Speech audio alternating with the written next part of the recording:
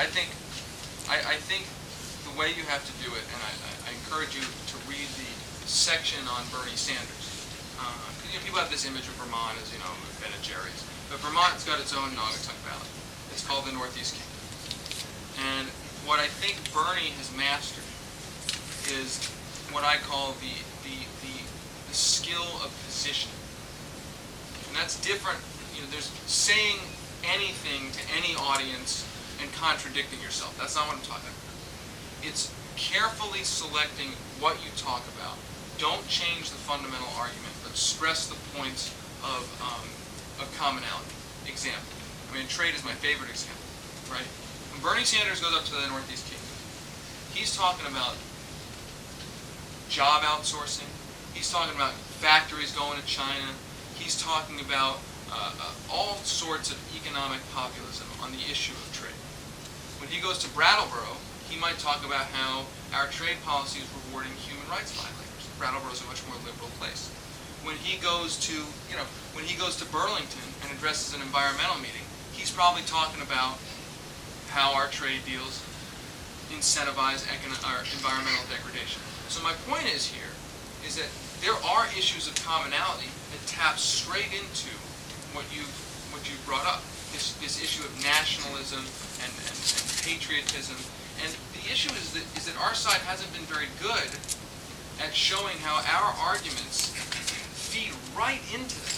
The last thing a Republican or sort of a Joe Lieberman, I guess Democrat or Lieberman, I don't think so. Whatever he calls himself now, the last thing he wants to deal with is he wants to talk about bombing the next Arab country to show that he's a tough guy. He doesn't want somebody saying, hey, why'd you vote for every single trade deal that ruined the economy, the working class economy of this area? He doesn't want to talk about that because he doesn't want to talk about that because he has no answer to that. The reason he did it is because that's where the campaign money was.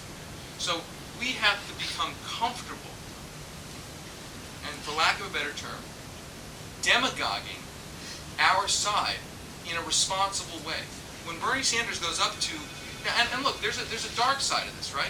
I've seen Bernie Sanders on the same stage with Pat Buchanan talking about trade, right? And I remember it was very interesting. He wasn't endorsing it, but he got asked to go up and speak to the Teamsters. He gives his spiel about, they're taking our jobs and they're ruining the economy. And then Pat Buchanan starts going off on basically, Chinese people are like not acceptable and, a total racist kind of full-on xenophobia. Now, positioning is saying, look, I'm not going to support what Pat Buchanan said, right? But if that creates a cross-partisan, cross-cultural coalition in support of something responsible, at least what I think Bernie Sanders' model says is that I don't think he's comfortable with it, but I think he sees it as a necessary evil. So again, I'm not saying that you go off and you go sort of xenophobic and racist. But what I'm saying is that we have a message for those people too. And we have to become comfortable speaking that message in the language that I think, in a nationalistic, patriotic language, I think sometimes we're not comfortable speaking, even though we are advocating a responsible